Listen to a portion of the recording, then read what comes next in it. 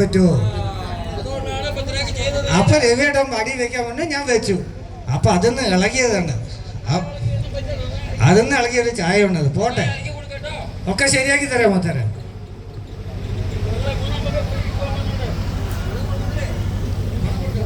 വീട്ടിലേക്ക് വരാലോ അല്ലേ? വന്നോളി മോത്തര. അവിടെ ആരൊക്കെ ഉണ്ട്?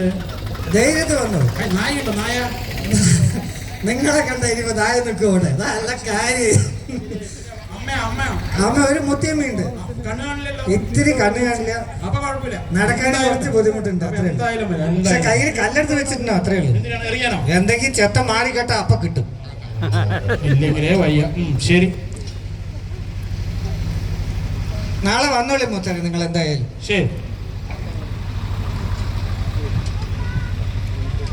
വന്നോളിന്നാളെ കാശും കൊണ്ട് വന്നോളിന്നാളെ